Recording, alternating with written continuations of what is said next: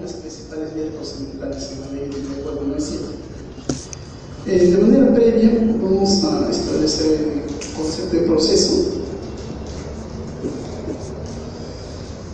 Acá lanzamos una definición de derecho por hacer del trabajo. Los aspectos resaltantes de la definición están resaltados en azulito, en rojo y en verde. Son los más importantes del concepto de derecho por hacer del trabajo. El derecho por hacer del trabajo es un conjunto de normas jurídicas adjetivas de índole publicístico-social. Ello de índole publicístico-social hace énfasis a dos aspectos. Primero, de que forma parte de un grupo o un campo más amplio de derecho, que es el derecho social. En el derecho social, pues, se encuentran las normas que rigen, pues, la situación de sectores sociales o determinadas poblaciones de unas sociedades vulnerables, ¿no? Digamos, el sector pensionario, el derecho previsional, en este caso, el derecho de trabajo, la situación de los trabajadores y la posición subordinada que tienen con el empleador. Entonces, por esa manera nosotros identificamos que el derecho por el trabajo es un conjunto de normas de índole social publicístico, en el sentido de que va a ser el sector público quien va a intervenir sobre esta realidad social para poder regular. ¿Regular en qué sentido? ¿Qué básicamente regular qué? Regular los conflictos que suscitan entre el capital y el trabajo, los conflictos entre el empresario y el trabajador, protegiendo en general los derechos e intereses de las partes de la laboral y en particular los derechos fundamentales del trabajador. Entonces, básicamente podemos sintetizar este concepto en tres puntos, ¿no? El derecho por el trabajo integra el derecho social, el cual establece normas que regulan la situación de un sector de la sociedad en desventaja socialmente, en este caso los trabajadores, y su relación con el empleador, es la relación capital y trabajo. Esa relación es conflictiva, entonces el Estado ha establecido reglas para encauzar ese conflicto.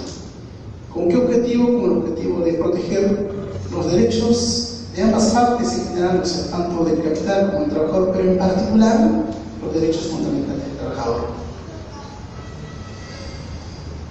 Acerca de la naturaleza social del proceso laboral, el teórico Gustav Radlich nos lanza una idea de qué cosa debemos entender o cuál es la medida de derechos social del cual forma parte el derecho por el trabajo y en específico los juicios laborales, ¿no? La idea central dice, la idea central en que el derecho social se inspira no es la idea de la igualdad de las personas, sino de la nivelación de las desigualdades que entre ellas existen. La igualdad deja de ser así un punto de partida del derecho para convertirse en meta o aspiración de orden jurídico. O sea, ¿qué nos quiere decir esta regla? Normalmente, por ejemplo, en un proceso civil, o sea, partimos de un supuesto jurídico, ¿no? De que las partes son iguales y de que el juez debe ser imparcial frente a un conflicto entre las partes. Esta situación, o sea, no es aplicable, pues, en cualquier rama del derecho social, porque dentro de los conflictos suscitados en la rama del derecho social las personas no son iguales. Por ejemplo, todo el aparato administrativo pensionario, la persona que tiene 70 años y busca una pensión, no está en igualdad de condiciones como para poder litigar. De similar manera, pues, en materia laboral, o sea, el capital mantiene todo un poder económico, todo un poder financiero, una asesoría técnica legal adecuada, eficiente, que no experimenta ni tiene un trabajador que gane el mínimo legal, que la costa puede mantener su familia. Entonces, los conflictos que pueden suscitarse entre ellos no es un conflicto entre iguales. Si no es un conflicto entre iguales, ¿cómo debe intervenir el derecho frente a esa desigualdad? Debe intervenir implementando normas con el objetivo de equiparar esa desigualdad, de nivelar jurídicamente lo que fácticamente funciona de manera desigual. Entonces, ese es el objetivo del derecho social en general, y en específico del derecho por el trabajo y de los juicios laborales, es el objetivo, ¿sí?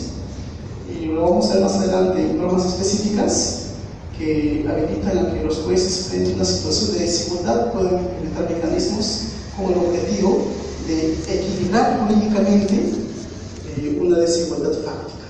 Entonces, es un concepto muy importante dentro de los procesos laborales. Y ese punto ya se ha identificado bien claro en los procesos judiciales laborales y se identifica como el principio de la igualdad por compensación. El artículo 3 del título preliminar de la ley 29497 establece de que el juez no debe permitir que la desigualdad de las partes afecte el desarrollo y el futuro del proceso, ¿no? Debiendo implementar mecanismos de equiparar esa desigualdad fáctica. Es una resolución que se encuentra en el artículo 3 de la ley, es una facultad legal. Esa situación también será identificado como el principio protector, pero dentro de los procesos laborales. Y sobre eso, acá está en el último punto de la diapositiva, sintetizamos que tanto el ensamblaje procesal, es decir, todas las normas judiciales o las normas procesales laborales, el ensamblaje sustantivo tiene una connotación parcializada, entendiendo no parcializada, dice parcializada, que es otro concepto distinto.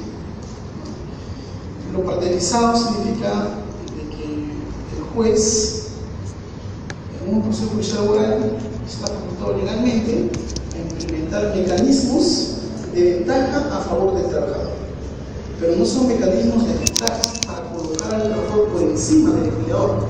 ¿Cuál es el límite de este denominado principio de igualdad por compensación? El límite es la igualdad con el empleador. No colocar tampoco al empleador en desventaja, sino tratar de equiparar la desigualdad con la cual ya vienen ligadas las partes. El siguiente punto es el tema de la jurisdicción y la competencia. Bueno, sabemos que la jurisdicción por concepto se define pues como el poder que tiene el Estado de administrar justicia a los conflictos de los ciudadanos. Sin embargo, ese poder está distribuido según determinadas reglas. El resultado de esa distribución que le coloca límites al poder es lo que llamamos la competencia. De manera tal que la persona, por ejemplo, como juez, tiene jurisdicción en el sentido de que tiene el poder de administrar justicia entre los ciudadanos. Pero ese poder que se tiene está sujeto a determinados límites, a determinadas reglas de distribución del poder. Por ejemplo, no tengo la capacidad de administrar justicia en materia tributaria, en materia de familia o en materia penal. Entonces, como vemos, ese poder que ostento como parte de la función jurisdiccional está limitado por leyes legales. En este caso, el primer límite es la materia sobre la cual soy competente.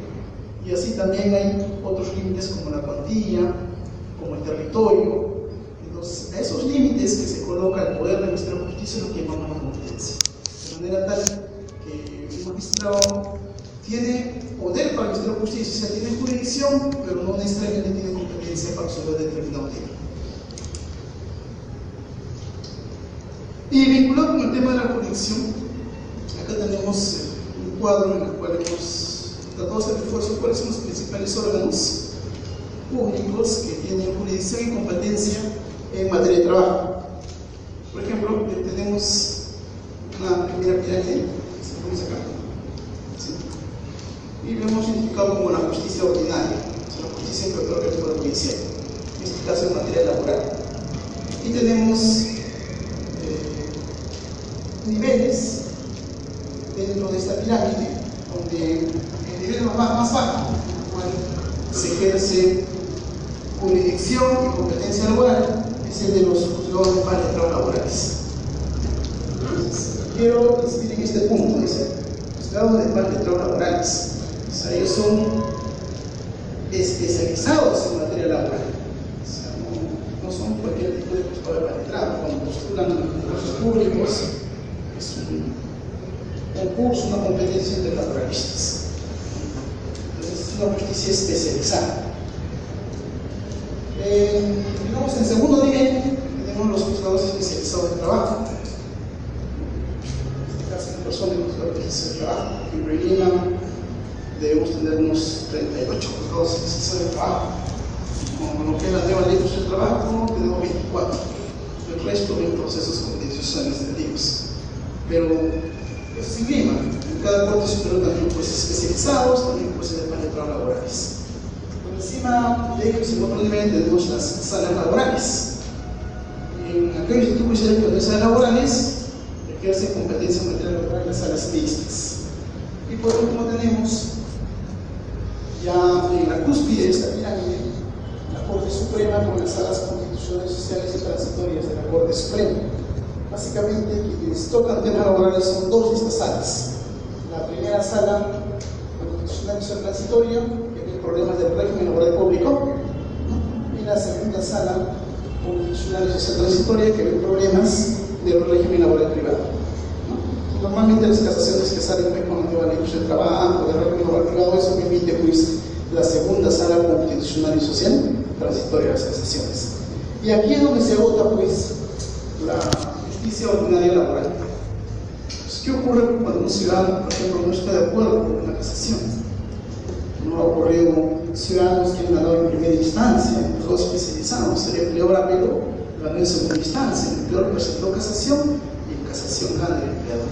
Declaran fundado el recurso de casación y fundada la demanda. Entonces el ciudadano, si considera que será afectado pues algún derecho fundamental y bajo determinados límites y requisitos, puede amparizar su conflicto, puede presentar una demanda y un proceso de amparo, ¿no? Y con esto se abre pues la justicia constitucional. Independientemente de eso, también bajo determinados supuestos hay determinadas materias que no es necesario que vayan por la justicia ordinaria para poder obtener la sentencia judicial. Es posible encauzarse de manera directa con la justicia constitucional, pero es importante conocer los presentes vinculantes del Tribunal Constitucional que colocan límites sobre cuándo un caso puede ser tramitado directamente en un caso laboral ante la justicia constitucional. Entonces tenemos los juzgados constitucionales en primer nivel, las salas constitucionales, como han creado recientemente en Lima. Si no hay civiles o mixtas, en último término, pues, si te niegan al recurso de la constitucional ante el Tribunal Constitucional. Y con esto ya se vota la jurisdicción interna. Y es posible ir a la vía internacional si con eso se agota la vía interna y queda expedito de interponer pues, el caso ante el sistema interamericano de derechos humanos, que está compuesto por los niveles, ¿no? La Comisión Interamericana de Derechos Humanos y la Corte Interamericana de Derechos Humanos. Como por ejemplo, un caso bien emblemático, la segunda sentencia en el año 2017 por la Corte Interamericana de Derechos Humanos, el caso Lagos del Campo. Los Lagos del Campo, pues, hizo una crítica pública de una revista en el año 89 contra sus empleadores y fue despedido. Ganó en primera instancia, en segunda instancia revocada. Presentó múltiples recursos dentro de la justicia ordinaria, dentro de todas las rechazadas. Llevó su caso ante el Tribunal Constitucional. Fíjate, desde el año 89 recién emiten sentencia en el año 2017. ¿Pasaron cuánto tiempo? Desde tiempo, ¿no? 89, 99, 2009, casi 28 años, si no me equivoco. Determinaron dando la razón en la primera sentencia de la Corte Interamericana de Derechos Humanos que se pronuncia sobre el derecho a la estabilidad laboral en el Perú y cómo se debe entender la estabilidad laboral en el marco de las normas de la Convención Americana de Derechos Humanos y su protocolo de San Salvador, ¿no? El protocolo facultativo de derechos sociales, económicos y culturales, ¿no? Entonces, se pronunció, le terminó dando la razón, pues a Lagos del Campo, ¿no? Le terminó indemnizando por daño moral, por reproche cesante, por afectación a su derecho pensionario. Esto ya seguro está en la vía de ejecución, pues, acá en la jurisdicción militar, ¿no? Puede sorprender la cantidad de años que ha pasado. Una sentencia se produce en materia laboral, pues en la Corte Interamericana de Derechos Humanos, pero existen estas vías, ¿no? Existen estas vías. Bien, eso es solamente un pantallazo general de cómo puede funcionar esto. Vamos de frente al tema de los procedimientos. Sí. Escúchense. Doctor, una consulta. Para ir de la vía laboral a la vía constitucional, el recurso sería un amparo contra la resolución judicial. una resolución correccional. Si es un amparo por una resolución correccional, hay requisitos, hay precedentes del Tribunal Constitucional, bien específicos y bien técnicos, ¿no? Porque obtener una sentencia fundada con una resolución correccional emitida por el Supremo es una cosa muy difícil. Imposible, no es imposible. Hay personas que han planteado bien sus demandas y han obtenido pues, las correcciones de la Corte Suprema, ¿no? Y en el tema de los procedimientos, vamos a empezar básicamente con el principal tipo de proceso, que es el proceso ordinario.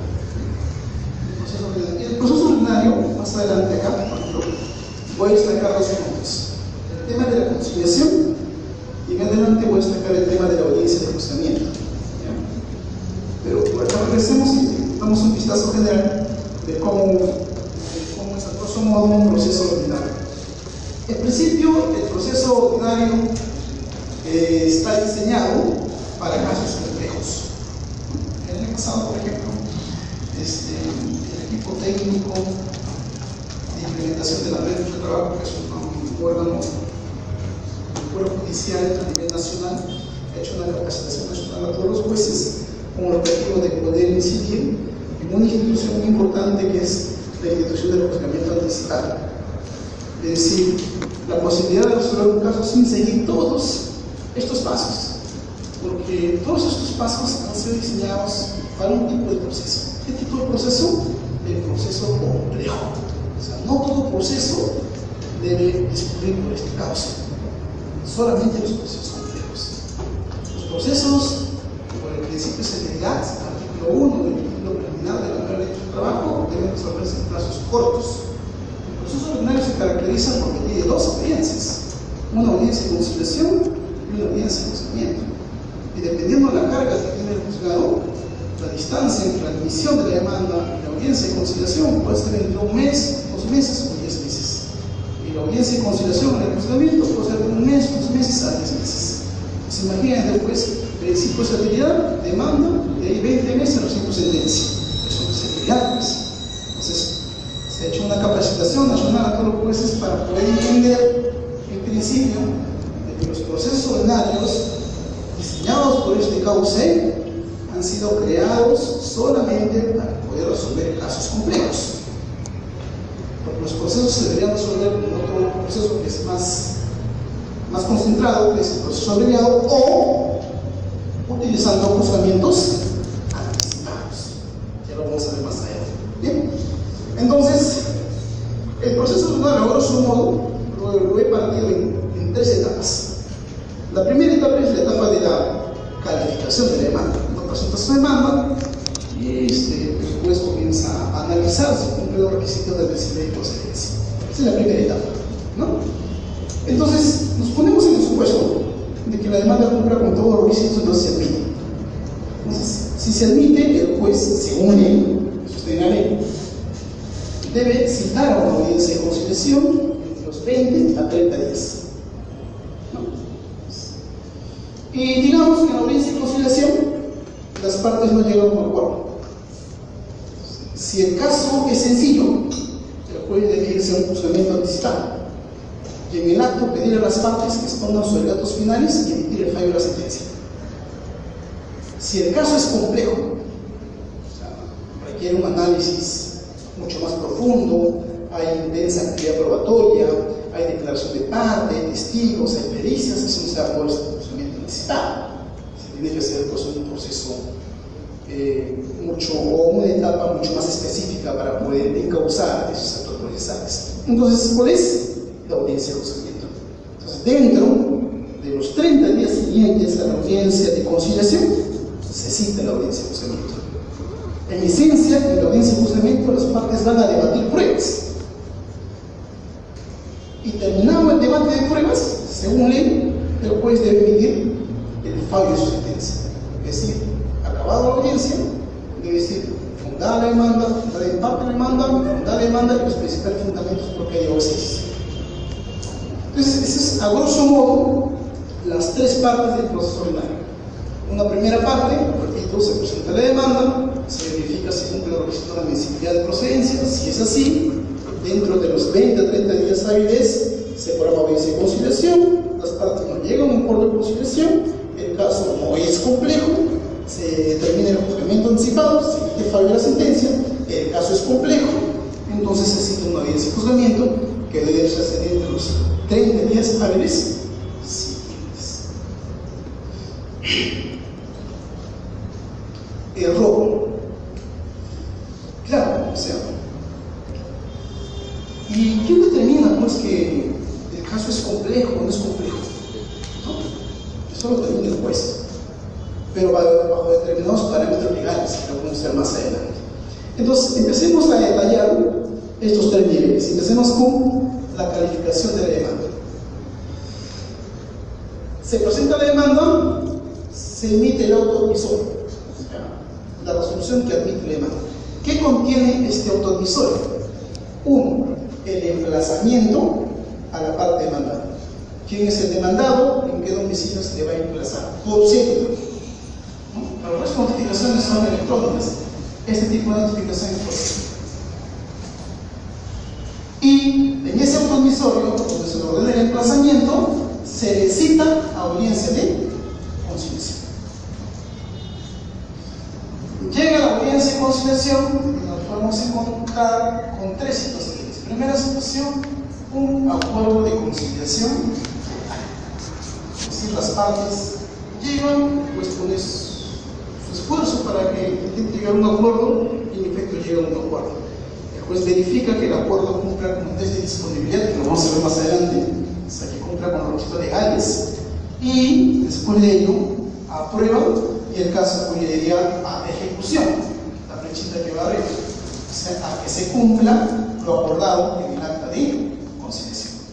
Y el proceso con eso se había terminado, ¿no? Los índices de actos de conciliación en un seguimiento son muy bajos. No estamos hablando del 5 al 10% de los conflictos. Es bien bajo. En otros países, en Sudamérica, pongamos Chile, pongamos Uruguay, los indicadores de audiencia de conciliación son bien altos, estamos hablando de indicadores del 30 al 40%. ¿Qué pasa en el Perú? ¿Por qué los justiciables en materia laboral no quieren conciliar? Hay varios factores, ¿no? Hay varios factores, ¿no? Uno de los factores es porque pienso, a lo mejor, las sanciones derivadas de haber perdido un conflicto no son tan drásticas para la parte perdedora, y me refiero a los costos del proceso. Los costos del proceso son los gastos que va a tener que asumir la parte perdedora respecto a los honorarios profesionales de la parte vencedora. Por ejemplo, hace como 2 años se emitió una sentencia en la cual al trabajador se le da como 200.000 soles de beneficios sociales, y el abogado pedía que se le apruebe pues los costos procesales del 30%. Pues el 30% de 200.000 soles, ¿cuánto es? Casi 60.000 soles, ¿no? Casi 60.000 soles. Entonces yo erróneamente, los jueces también modificamos criterios en el tiempo, ¿no? Había supuesto que era un costo procesal muy alto, ¿no? Y que ponderando bien pues el costo procesal correcto debería ser pues un 15%. El 15% ¿cuánto me condes? 30.000 soles, 30.000 de costos procesales, lo que tenía que pagar la empresa al trabajador por los gastos en honorarios profesionales. Digo que ha sido un error, ¿por qué?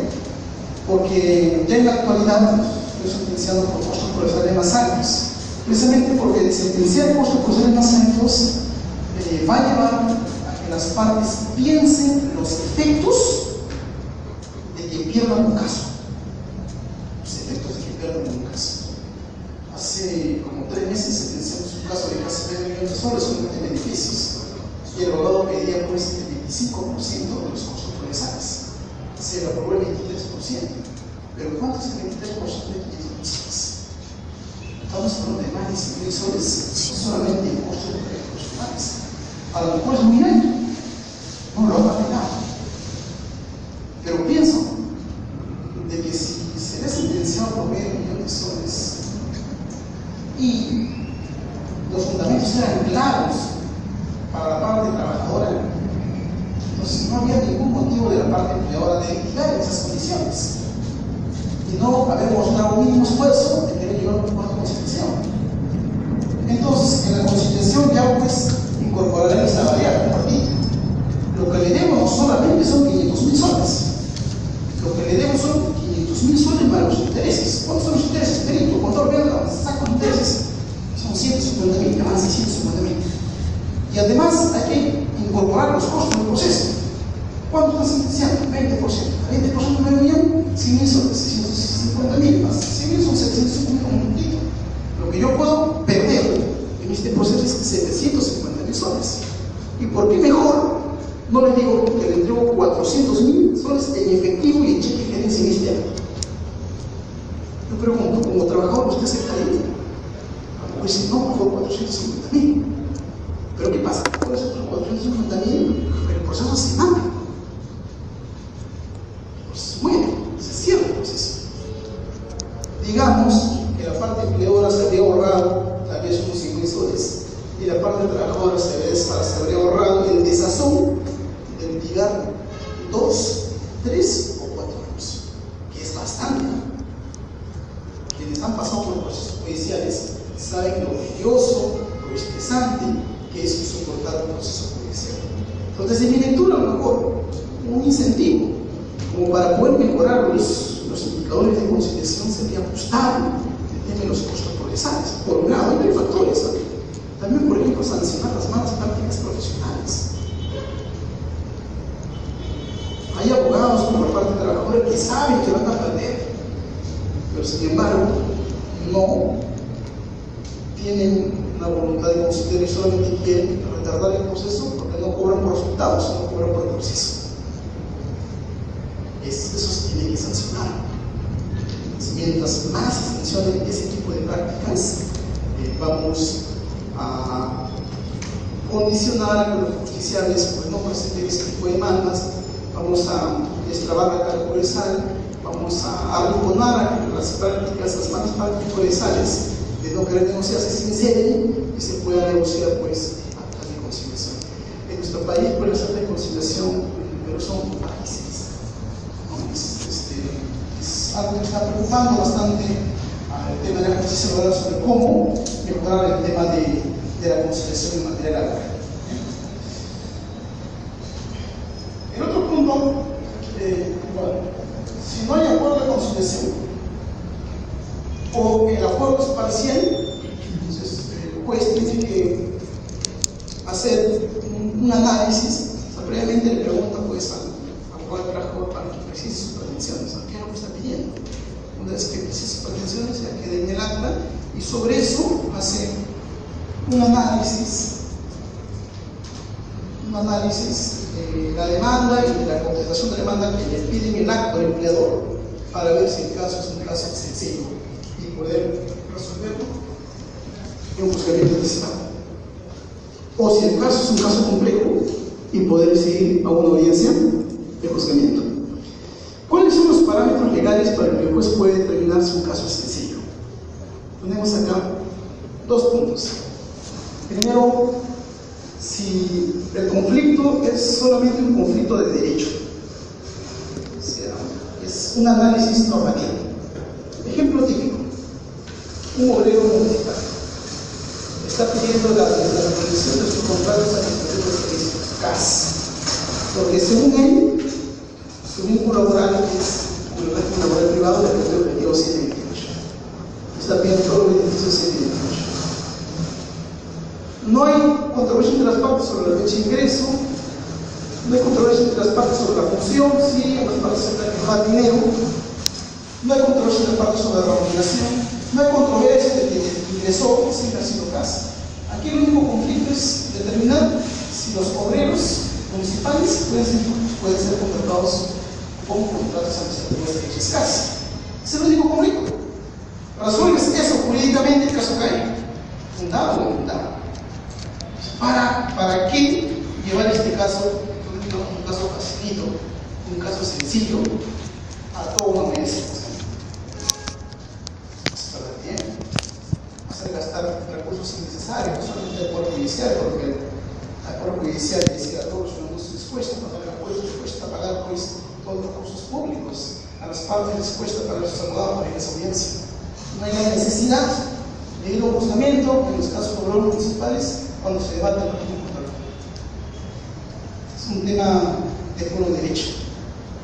Eso se debe resolver en un juzgamiento anticipado.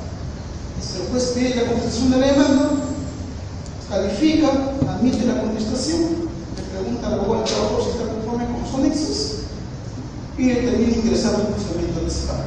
Abogado del trabajador, pues sale 5 minutos. Bien. Abogado de empresa, se va a finales. Acabaron, ya la demanda es fundada de parte por los siguientes motivos. Obviamente, visito de acá al día para que vengan un recojan su sentencia. Ese es un típico caso de juzgamiento anticipado donde la causa que se está defendiendo solamente es de derecho. Pero también hay causas donde el conflicto es de hecho, pero las pruebas que sustentan los hechos no requieren de actuación probatoria. No requieren de actuación probatoria.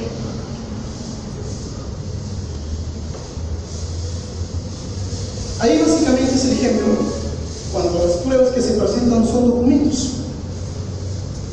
Si las pruebas que se presentan son documentos, pues el juez puede analizar pues, en su despacho de documentos. No se requiere que venga un testigo, que se desarrolle un interrogatorio y contrainterrogatorio, no se requiere de un perito, no se requiere de una inspección judicial, son solamente documentos. Frente a esos casos también se puede tentar un juzgamiento anticipado.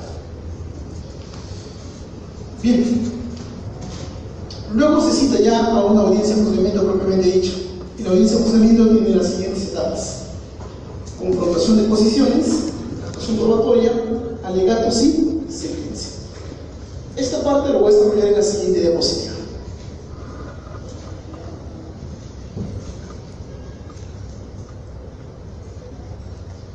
En esta parte lo voy a desarrollar. Antes quiero centrar en 2 puntos de la audiencia de conciliación.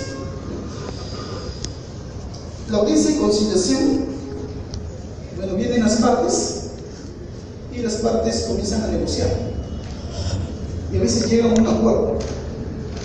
Ese acuerdo al cual han llegado las partes debe pasar por un filtro legal que se hace. Ese filtro legal se encuentra en el artículo 30 de la ley 29497 y se llama el test de disponibilidad. Ese test de disponibilidad está compuesto por 3 elementos.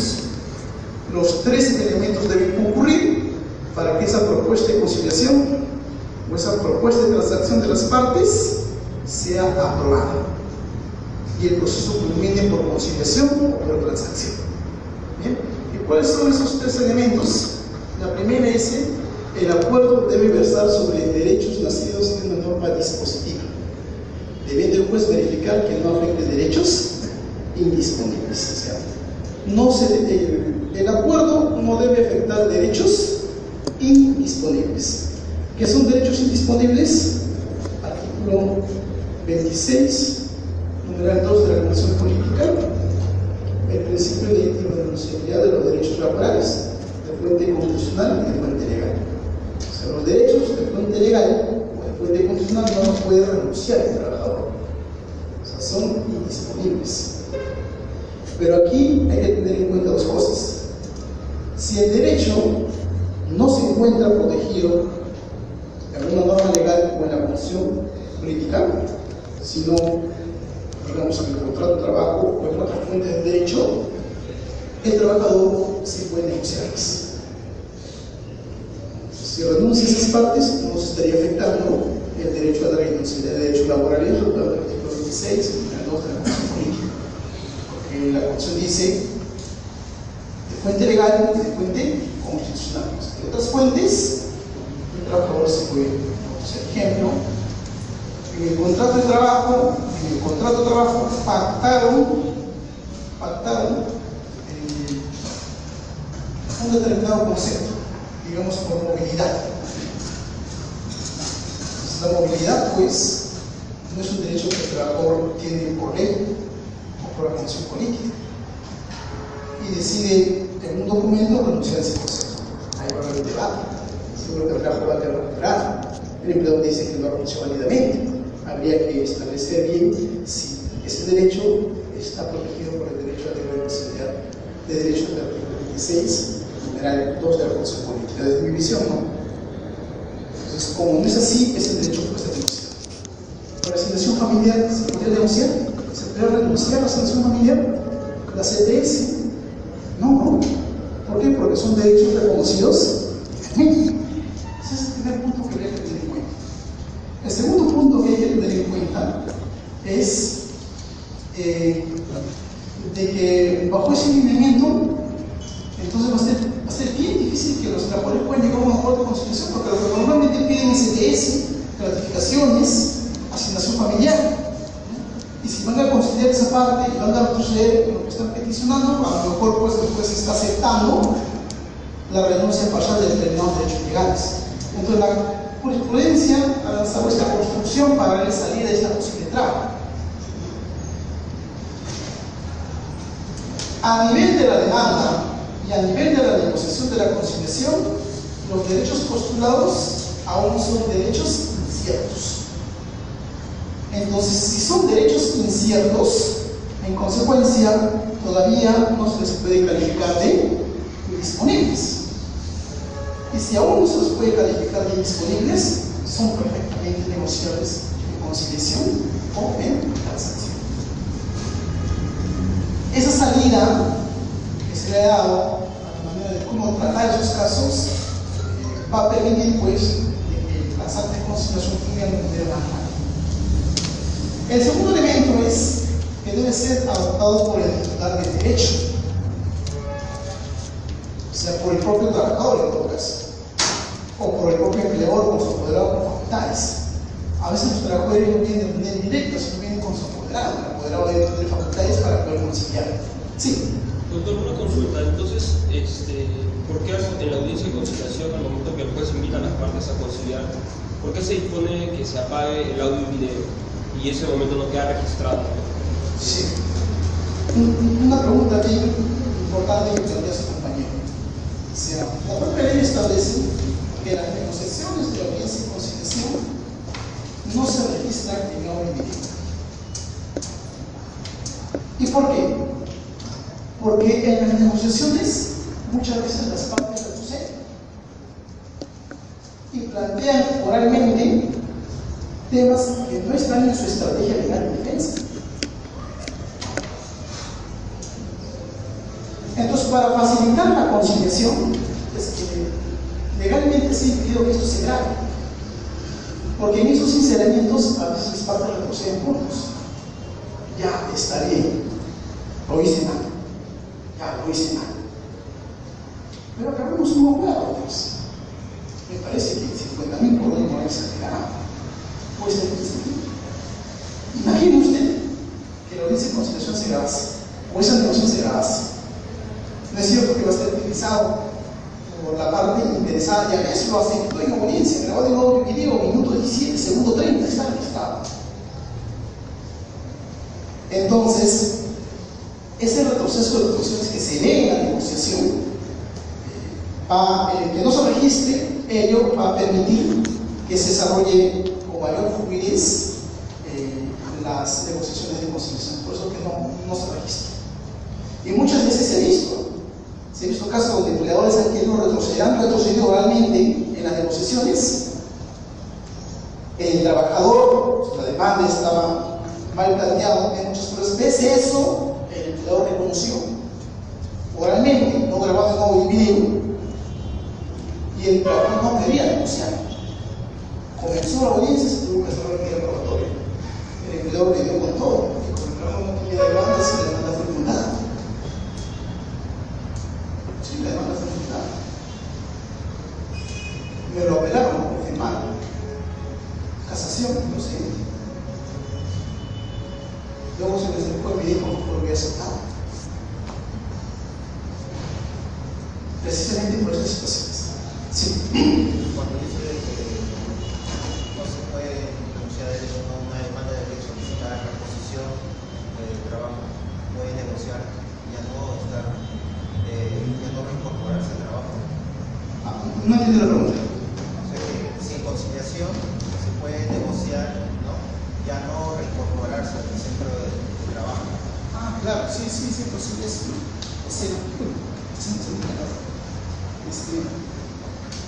Lo que usted plantea es que la demanda es de reposición, ¿correcto? La demanda es de reposición. Pero el empleador cuando va a negociar, obvio que no quiere la reposición. O lo que implica la reposición, ¿qué implica la reposición para un empleador? En el supuesto, en el tema del pago también es un supuesto, ¿no? Pero me parece que la preocupación viene yendo por ahí. Imagínate que sea un mal trabajador y sea repuesto. O sea, ¿cómo queda la autoridad del empleador frente a todos los trabajadores? O sea, queda ligado. El mensaje de una reposición es, ante todos los trabajadores, que pueden ser 10, 20, 5.000, de que si te votan, hay un juicio por reposición. Ese es el mensaje. O sea, media la autoridad del empleador. Yo creo que el empleador muchas veces lo que quiere es negociar económicamente. Y como advierte su compañero, a veces la pretensión es una reposición y el empleador va con una propuesta económica. Pero estoy dispuesto a pagar 10.000 soles. Trabajador, no, yo quiero mi reposición. 20.000, porque era mi reposición. 50.000, ya por mí no está mal. 50.000 es una cosa. Puede ser 60.000. Hoy comienzan a conversar. Sí, se ha visto. Es posible eso. Es posible. ¿No? Posible arreglar económicamente una pretensión que en principio no era económica. ¿No? Sí, es posible. Puede haber alguna discrepancia en el sentido de que, pero si pedía la posición no plata. No, pero de lo que se trata es arreglar el problema. Si el trabajador está conforme con los 50.000, o sea, me parece que eso es lo principal. El resto había que darle una forma legal. Ya, bueno, trabajador, ¿sabes qué queremos hacer esto? Ya, había una audiencia y vas a modificar tu pretensión. Ya no reposo, sino indemnización. Igualito, llega el mismo resultado. Por acá. Sí.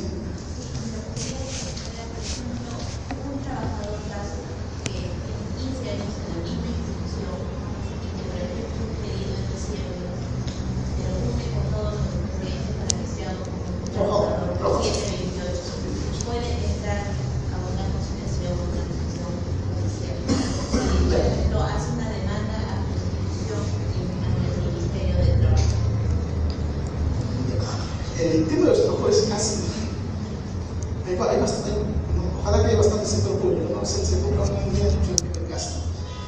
El tema de los trabajadores casi un problema muy fuerte que hay en el país, ¿no? Al menos la jurisprudencia en la comunidad se ha decantado porque si el trabajador es un CAS, entre comillas, puro, siempre ingresó como CAS, se mantiene como CAS, y si son como CAS, es un régimen laboral público especial. Se le debe tratar con reglas CAS y no con otras reglas laborales que puedan tener esa entidad pública, digamos, el decreto legislativo 276, la República o el régimen laboral privado, el decreto legislativo 128. El problema viene cuando este trabajador CAS no es un CAS, entre comillas, puro, sino ha tenido otras modalidades contractuales precedentes. Digamos que ha sido un locador de servicios, ha estado como terceros, o ha tenido un contrato de trabajo modal. Pues ahí sí se puede debatir pues, cuál puede ser el régimen laboral. Bien.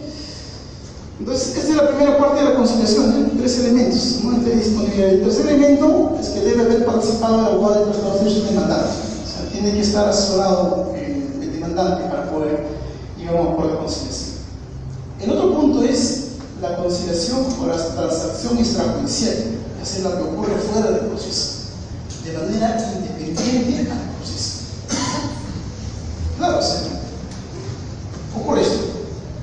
El trabajador es despedido y se va al ministro de trabajo. En el ministro de trabajo hay dos procedimientos que se abren, ¿no? El primer procedimiento es un procedimiento de conciliación, ¿no? De beneficios legales o de pensión por despido. Y otro procedimiento que es un procedimiento inspectivo para poder sancionar al empleador. se han infringido normas laborales. Ya colocamos solamente en el primer procedimiento, ¿no? El procedimiento de conciliación. Pues le invitan al emprendedor a conciliar, el emprendedor va, se encuentra con el trabajador y llega a un acuerdo. El acuerdo es, digamos, 12.000 soles por beneficios sociales, en intención por despido y se levanta el acta. ¿No? Es un acta de conciliación extrajudicial, o sea, fuera del proceso judicial de naturaleza administrativa porque ha sido llevado pues ante la autoridad administrativa del trabajo. Características de esta conciliación. Es título ejecutivo. ¿Qué significa que sea título ejecutivo? Si no cumplen el contenido, no puede exigir acuerdo judicial a través de un proceso judicial especial, que es el proceso de ejecución, que se cumpla su contenido, ¿no? Sin debatir su contenido, que se cumpla su contenido, ¿no? Y además, para que se cumpla su contenido, no se requiere pues un análisis del contenido por parte del juez, o sea, no se requiere que sea homologado judicialmente.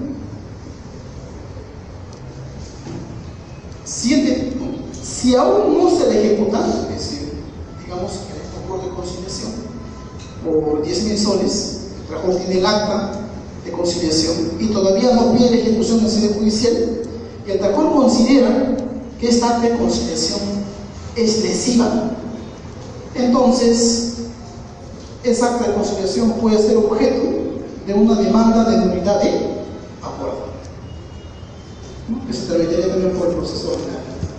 Pero si el trabajador la ejecuta su contenido, adquiere la calidad de cosa juzgada y en adelante es improcedente la demanda de nulidad de acuerdo. Ejemplo, un caso extremo, ¿ya? Pongamos que el trabajador sufre un accidente de trabajo. Pongamos que el empleador es el responsable del accidente de trabajo. Van a un acuerdo con un centro de conciliación privado o ante el Ministerio de Trabajo y firman un acuerdo de conciliación por 20.000 soles. ¿No? ¿Qué perdió? Perdió el brazo derecho. 20.000 soles. ¿No? Está pensando en comprar pues su maquinita para que su hijo trabaje, su mototaxi, ¿no? 20.000 soles y la bolsa. Y dice, encuentra contigo, te enseña el acta de conciliación. 20.000 soles nomás. Esto es poquito. Yo he visto 2 millones de soles por un brazo. Poquito es esto. ¿Cómo es posible?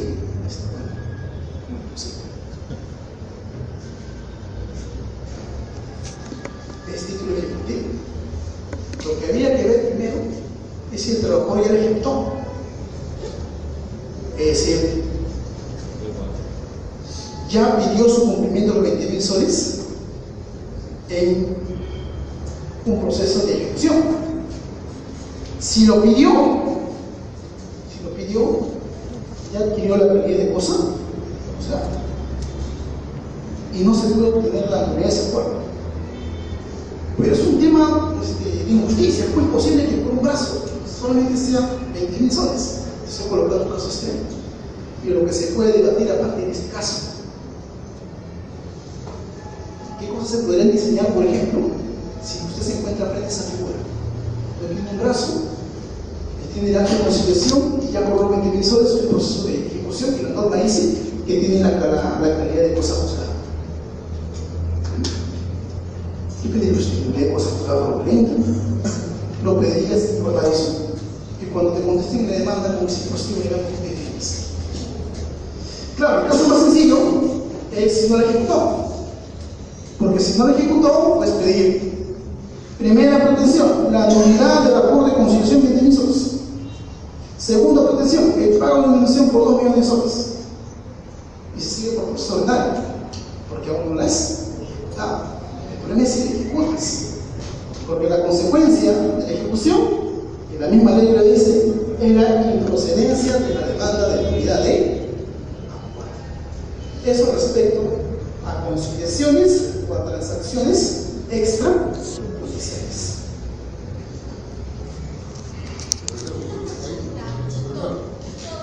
Uno, dos, sí.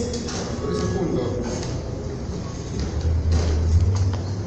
en ese caso también operas vía consignación, en caso del empresario consigna, diga que debía cumplir. No, estamos hablando de conciliación y transacción extrajudicial, no de conciliación. En la conciliación y en la transacción hay acuerdo de ambas partes. En la conciliación, lo que hay es la voluntad de una de las partes que quiere pagar. ¿Sí? ¿No puede parejo ser una conciliación más respecto a un accidente de trabajo? O sea, hay varios normal en cualquier centro de conciliación. Creo que no todo centro de conciliación puede ser cosas así. Primero, a lo mejor uno comienza a cuestionar la validez porque es 20.000 soles. Pongamos que sea medio millón de soles. ¿Alguien cuestiona su validez? No, efectivamente, algo sí, ¿no? A lo mejor es por el tema de la cuantía que parece cuestionable, pero sí. O sea, en un caso de centro de conciliación privado no es cualquier centro de conciliación privado, tiene que ser con autorización por el Ministerio de Justicia, como el conciliar debía tener capacidad de manera laboral completamente desfamiliada. Y en la conciliación administrativa es, por el caso, ahí están los conciliadores, ustedes trabajan que están capacitados en este. Yo te coloco un caso extremo de 20.000, puede ser 50.000, puede ser 100.000, que a lo mejor ahí el debate sobre si eso cubre lo que es un brazo, a lo mejor es, digamos, da para mapas. En este caso, te coloco un caso extremo. ¿Sí? El siguiente punto es el punto. Lo que aquí quiero poner en atención a todos es un punto importante, el tema de la teoría del caso. El tema de la teoría del caso. El artículo 12, numeral 12.1 de nuestra ley, indica lo siguiente: en los procesos judiciales laborales predomina lo oral sobre lo escrito. Ya, eso seguro en la próxima sesión van a tener bastante estudios sobre ese tema. Eso es bien importante. Todo está grabado en audio y video. El Trajor en su demanda pide el pago de utilidades del año consumido, el 2015. Y cuando se le entrevista al trabajador, el Trajor dice que se le han pagado sus utilidades.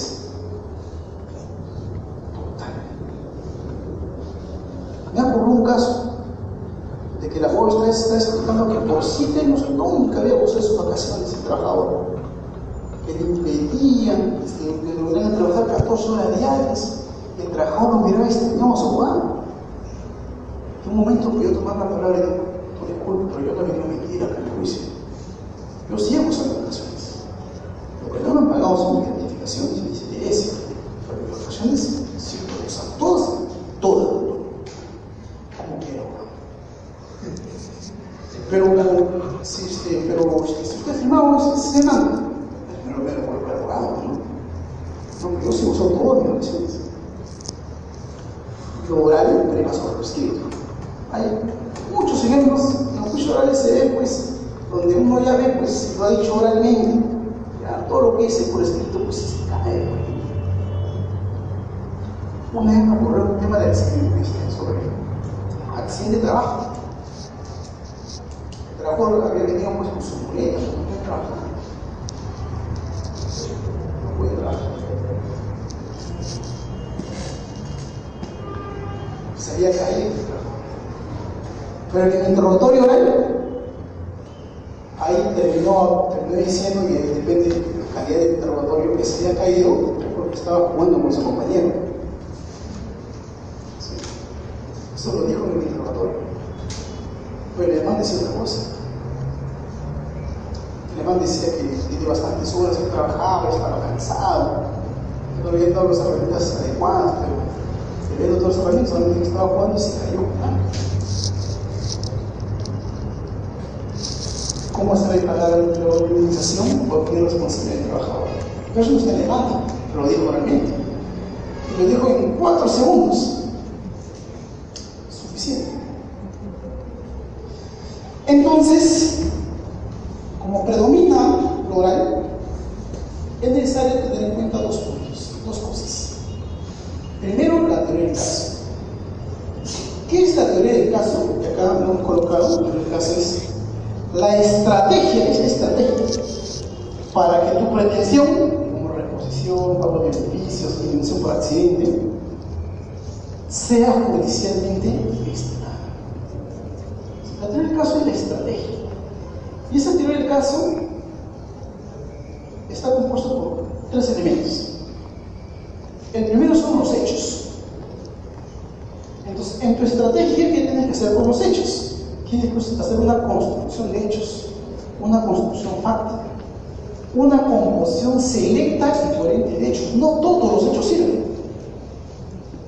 Debes determinar cuáles son los hechos importantes y cómo hilvanar esos hechos y cómo crear una historia consistente, coherente, verosímil, claro. Ese es el primer trabajo del abogado respecto a los hechos. Para acabarse. El segundo, si tu construcción coherente, consistente, clara, selecta, estratégicamente elaborada, no tiene pruebas, el segundo componente de la estrategia es incorporar y defender con pruebas lo que va a permitir acreditar tus hechos. Acá el abogado lo que tiene que hacer es buscar todo tipo de pruebas.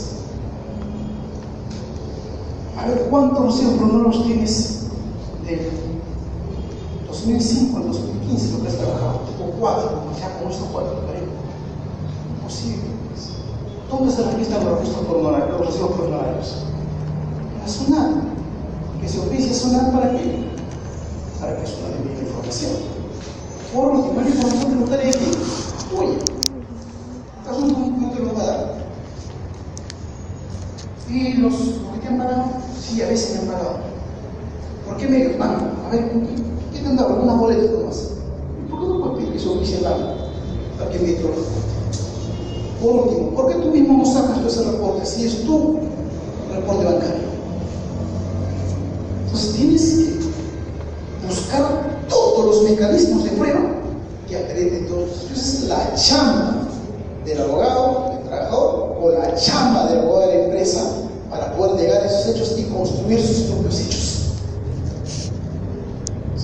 Entonces, el primer elemento de la estrategia no solamente es la composición selecta y coherente de hechos, sino la recopilación y la defensa de las pruebas que van a acreditar los hechos. Y el tercer punto de la teoría del caso es el sustento jurídico.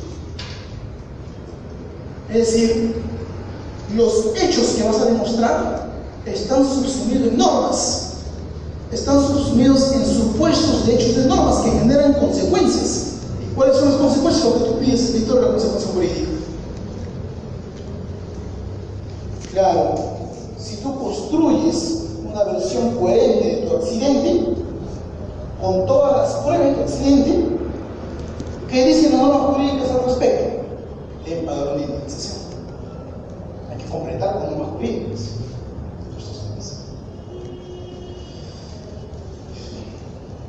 Y solamente para entender este punto acerca de la teoría del caso. Y siempre coloco esto en las clases, por ejemplo, la necesidad de leer a Su.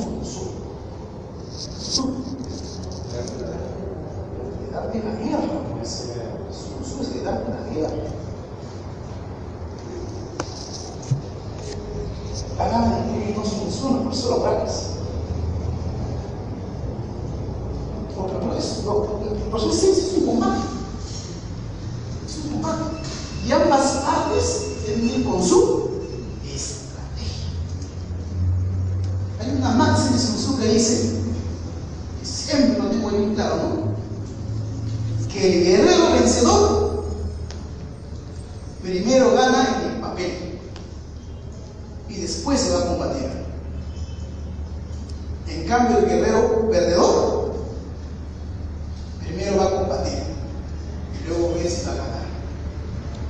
¿No es lo que te está diciendo Sun Tzu? Que primero haz tu estrategia y en tu estrategia, en el papel, gana, y de ahí se va a combatir. Esto, el profesor laboral es ¿cómo se identifica?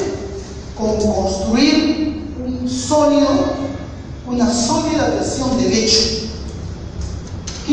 sólido, con pruebas, con sostén político. Estos tres elementos, que son la teoría del caso, tienen como relación con las etapas del juzgamiento. Y solamente para no seguir, pues no me olvidé a su compañera, sí.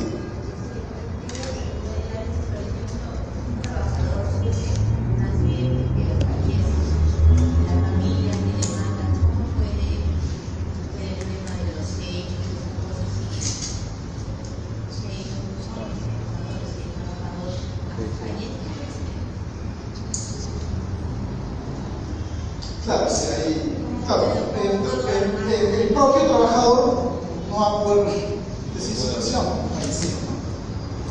hay testigos, hay documentos. Lo que más se investiga siempre, sí, que son los accidentes de trabajo, ¿no?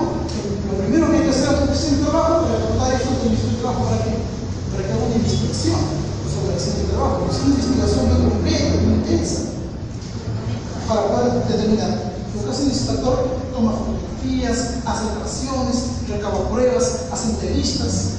En esa parte, muchas veces el inspector tiene más poderes que el juez. El inspector puede ingresar de día, de noche, feriados, a cualquier hora. Eso queda registrado en esos documentos. La ley de inspección de trabajo dice que los hechos constatados en el acto de infracción por los inspectores merece fe. O sea, es cierto. Salvo todo lo contrario, aquí no puedo. Sí, claro, sí, claro. Pero, por ejemplo, en este caso, los inspectores o las autoridades del gobierno, militares del gobierno, los militares pusieron las normas sociales de trabajo y de la legislación. En ese caso, por ejemplo, los familiares, ¿qué pueden hacer? ¿Cómo pueden armar sus casos si tienen esas limitaciones y el mismo Estado no obliga al Estado? Ya, entonces estamos hablando de una entidad pública en la cual la inspección laboral es ¿correcto? Bien, en este caso pues ya varía un poco varía considerablemente la estrategia. Conocimos hace un mes y medio un caso militar. Un policía fue destacado de rayo. Se fue de rayo. Y después fue de una comisaría a otra comisaría a traer frutos argentinos. Entonces, en el regreso del San Gentílico, fue interrumpido por los jueces. Y le dieron todo un seguimiento así para capturarlo, para matarlo al policía. Y el policía con una sola moto, no era una moto, así una moto común, se escapó. Y era la moto con la cual tenía que traer el San Gentílico. Y se le paró. Se quedó paralítico. No le viene a pedir el curso de indemnización. En este caso, el quedó paralítico. La policía lo dio de baja sin tensión porque indicaba de que posiblemente estaba ebrio, pero no había ninguna prueba de que estaba ebrio. Y posiblemente condujo a excesiva velocidad, pero era obvio que conduce a excesiva velocidad. ¿No? Se le tuvo que indemnizar de esa manera, porque en este caso las fuerzas policiales tenían poco mecanismo de defensa. Y es lo que pasa con los empleadores del Estado. Salvo SUNAT, salvo el Ministerio de Economía y Finanzas, salvo el PCR, o sea, en general, las defensas de los sectores públicos es pobre en cuanto a técnicas eficaces de defensa. ¿No? Es bien fácil ponerlo en el sector público. Es hurgando bastante en todos los documentos, analizando toda la información. Pienso que sí se puede construir verosímil sobre ese tema. Y si es entidad pública, la respuesta de las entidades públicas es muy pobre en cuanto a defensa, y hacerlo entidad pública también es un sujeto de la ley de la transparencia y el acceso a la información pública. O sea, ellos tienen el deber de informar todo tipo de documentos que mantienen su poder. Bien, ahora mira. La etapa del juzgamiento, a grosso modo, tiene las siguientes partes. ¿ya? Confrontación de posiciones, actuación de pruebas, alegatos finales y el fallo. En la confrontación de posiciones, los abogados deben plantear sus alegatos de apertura. Se recomienda que en los alegatos de apertura, básicamente, los abogados se centren en 2 puntos. Primero, ¿qué es lo que piden? Señor juez, pido una indemnización de 200.000 soles por lucro cesante y 300.000 soles por daño moral por los siguientes fundamentos jurídicos. El siguiente punto son los hechos. Entonces, en los alegatos debe haber una exposición clara y selecta de los hechos y del petitorio. Se recomienda por estrategia centrar solamente en los puntos. ¿Cuál es el objetivo del alegato de apertura? Que hagas conocer al juez de forma oral cuál es tu versión de los hechos. Recuerda, los jueces estamos todos los días viendo estos temas. Estamos humildemente hablando, no es que tampoco nos vamos a equivocar, nos apelan, nos corrigen, a veces nos anulan. Pero en líneas generales manejamos todo eso por un normativo. No nos vas a explicar qué es la ley de SDS. No nos vas a explicar qué es la ley de indemnización. Y si das cuentas en esos temas, honestamente eso se regula la tribuna, para tu cliente, pero no para el caso. Estás perjudicando el caso. Estás perdiendo la oportunidad de plantear tu versión fáctica, verosímil y consistente. ¿Y qué prometes demostrar? Eso debe contener un adecuado alegato de apertura, que justo tiene correlación con la primera parte de la teoría del caso, que son los hechos. Sí. Ya que tocó el tema de daño emergente, ¿qué sucede? Yo demando, ¿no?, de la indemnización, el tema de ampliación de demanda, digamos que sucedió dos hechos, después ya estoy trabajador, me pidieron, ya no tengo seguro social. Me he enfermado y como no tengo seguro, he visto perjudicado, ¿no? En este nuevo proceso, ¿cómo hacer la ampliación de demanda? El tema de la ampliación de demandas, un tema un poco debatible en materia laboral, pero más o menos hay un consenso en el tema de la ampliación de demanda.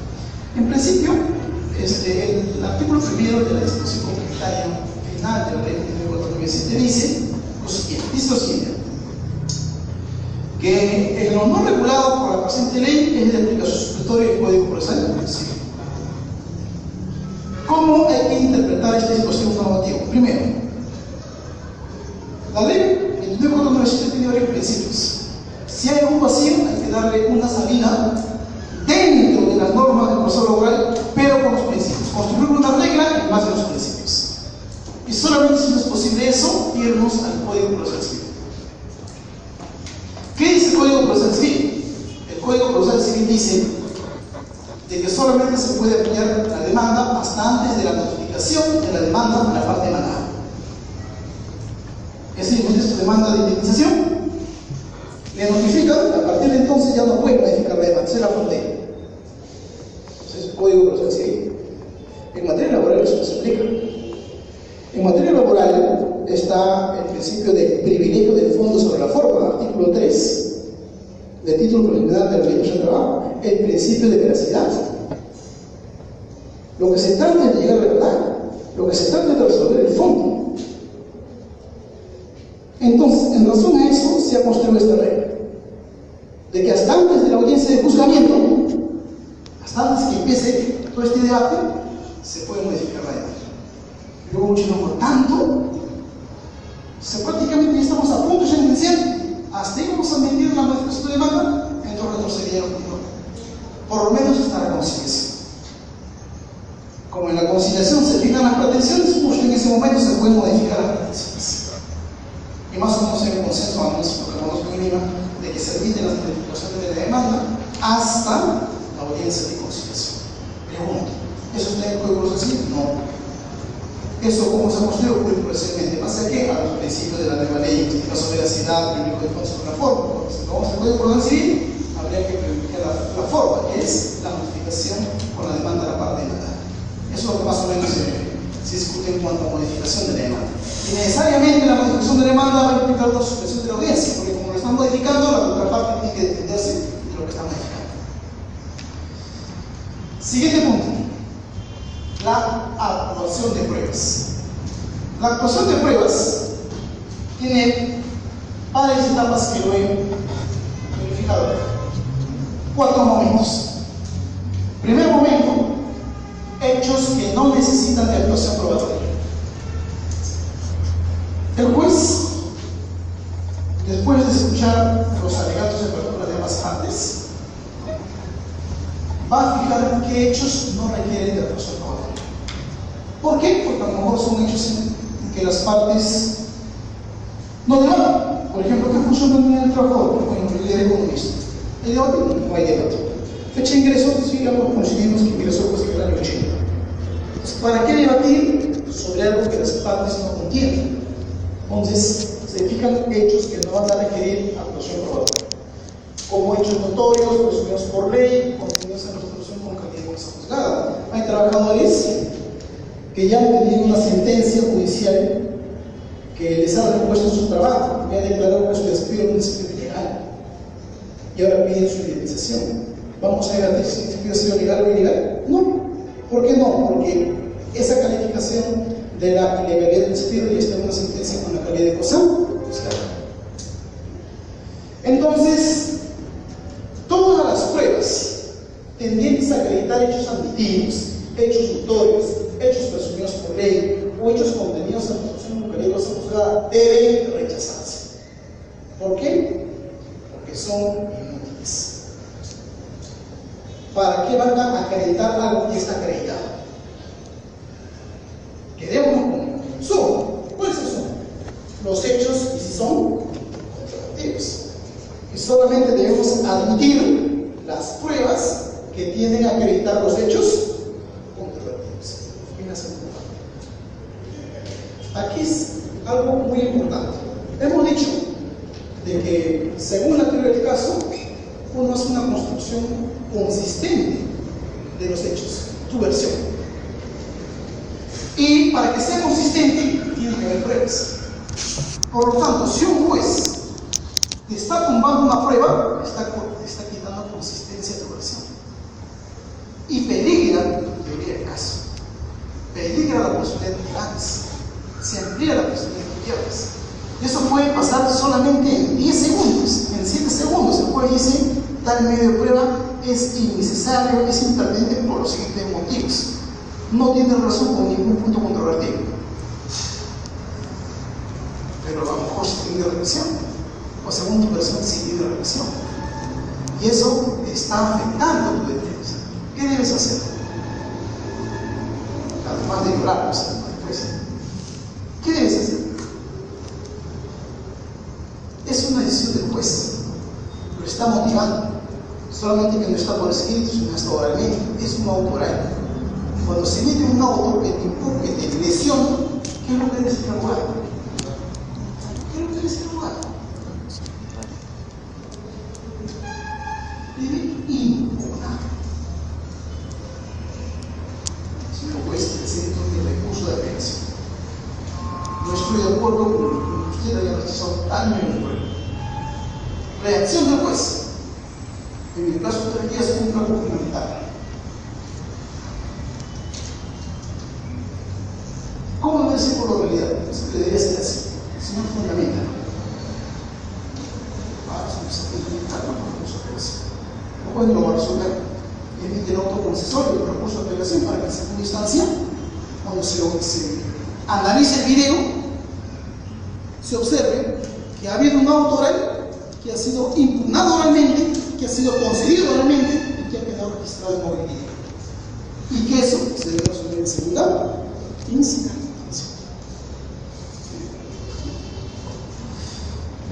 Siguiente punto. Entonces, ya se han fijado qué hechos requieren actuación de pruebas y ya se han admitido las pruebas. Vienen siendo las cuestiones probatorias.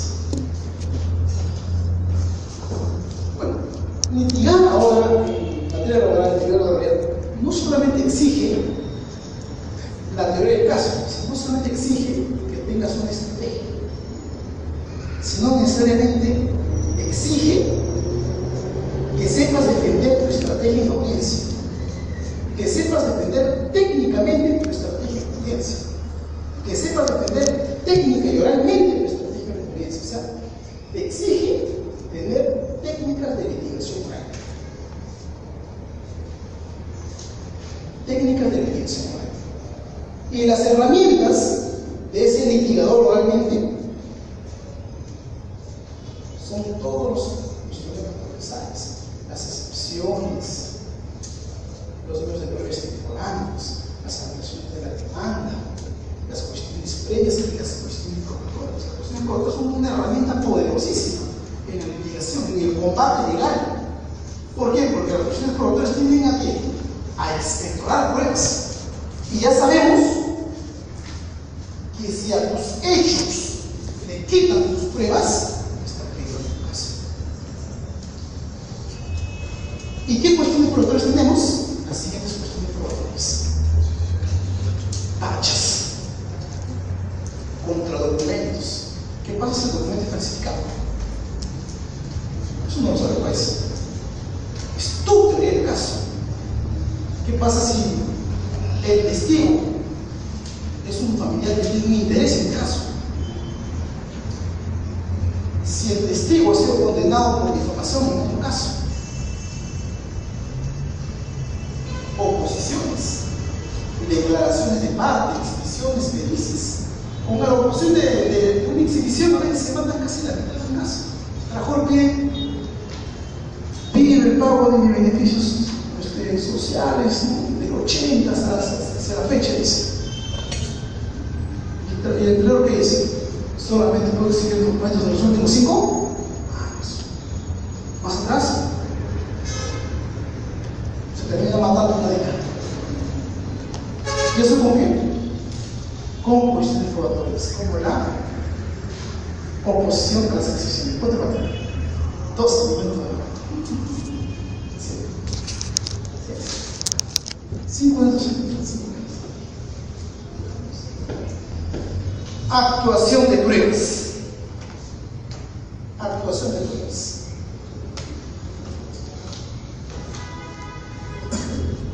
Manejar técnicas de interrogatorio. Por ejemplo, en la declaración de parte, testigos, en la pericia importante, y capacitadas en técnicas de interrogatorio. Documentos, el reconocimiento del documento, la excepción del documento, la organización de manera tal que luego ya se debaten todas las pruebas, vienen los alegatos finales. ¿Qué es lo que se debe hacer en los alegatos finales? La última parte de la teoría del caso, que es el sostén jurídico. Es decir, señor juez, estos son mis hechos. Señor juez, estos hechos lo ha acreditado con tales pruebas. Señor juez, los hechos que ha acreditado están subsumidos en tales normas que establecen tales consecuencias jurídicas. Y ahí citas todas tus normas jurídicas. Por eso que en los alegatos finales se debe centrar en 2 puntos. Primero, en la exposición sintética de los hechos acreditados. ¿Qué cosas acreditaron? Y último, en qué normas se aplican a tu caso. Que son las normas que amparan los hechos que tú has acreditado. Inmediatamente después, el juez debe emitir su fallo. O máximo en 60 minutos. ¿Qué es el fallo? La parte resolutiva de la sentencia, la decisión. Fundada. Me han despedido de manera arbitraria.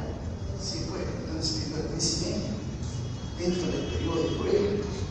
Dicen las normas. Solamente adquiere protección contra el desempleo arbitrario superado por la respuesta. Casos pasamientos. Adquiere resolviendo anticipado. Me han despedido cuando tengo 80 años. Pero quisiera no. A partir de los 70 procesar.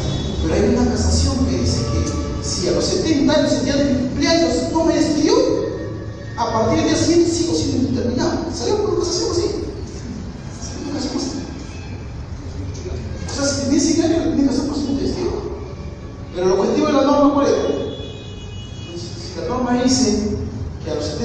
puedes pedir con mayor razonamiento, ¿no? ¿No? Hay un razonamiento más ordinario, ¿no?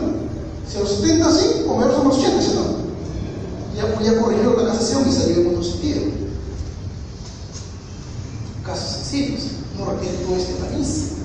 Este tamiz ha sido diseñado para casos complejos, desnaturalización y tercerización, despidos fraudulentos, son casos complejos, indemnizaciones por accidente de trabajo. Los demás casos que son sencillitos, como pago de beneficios sociales,